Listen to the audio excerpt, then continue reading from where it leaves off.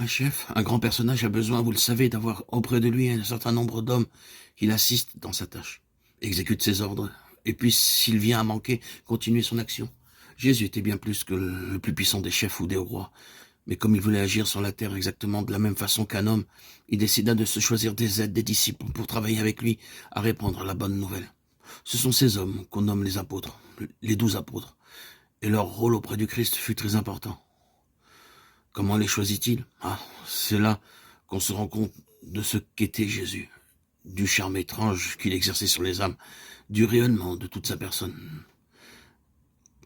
Déjà, au gué de Bethabara, 3 hommes qui se trouvaient parmi les amis de Jean-Baptiste, à l'instant même où ils avaient rencontré Jésus, avaient été conquis par lui et avaient décidé immédiatement de le suivre.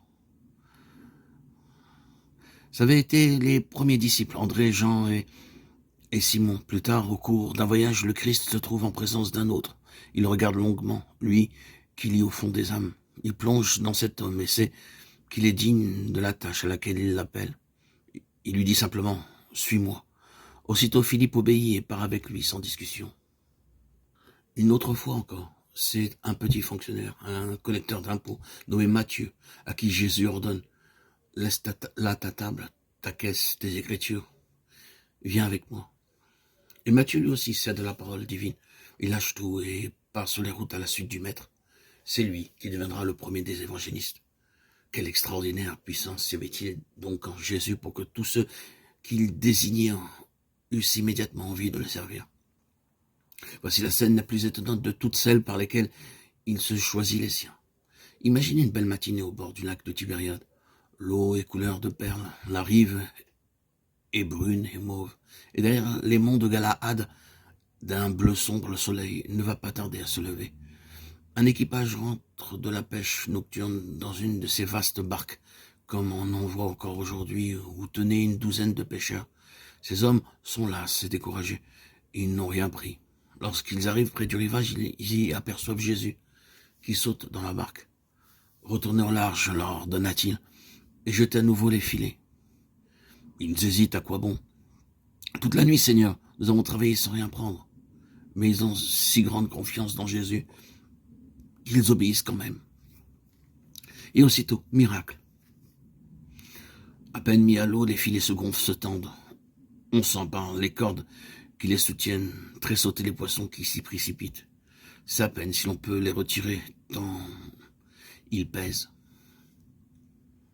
Il faut même appeler un équipage voisin pour la manœuvrer, et les barques s'enfoncent sous le poids de cette pêche inaccoutumée. Alors, d'un coup, ils comprennent, ces hommes si simples, que le prodige a une signification très particulière, que ce n'est pas seulement pour leur donner du poisson que Jésus a fait cela. Ils s'agenouillent devant lui, prêts à obéir à tout ce qu'il leur commandera. « N'ayez pas peur, dit le maître.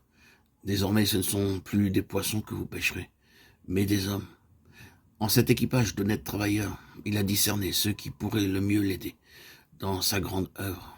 Et eux, aussitôt, comprenant l'appel, abandonnent leur barque, leurs filets, les poissons de leur pêche et le suivent, tout au bonheur d'avoir été choisis par lui. Voyez donc qui étaient ces 12 amis que le Christ voulut avoir auprès de lui pour mener à bien sa tâche. Oh, ce n'étaient pas des gens puissants et riches, ni des hommes cultivés. C'est au contraire des paysans de Galilée ou des pêcheurs du lac ou de très petits employés. Mais si Jésus les avait désignés, c'est qu'ils avaient reconnu en eux les vertus qui leur seraient les plus utiles pour mener à bien l'œuvre à laquelle il les appelait. Une foi totale en lui, un courage à toute épreuve, un esprit de sacrifice assez grand pour leur faire accepter la vie difficile et périlleuse qui allait être la leur.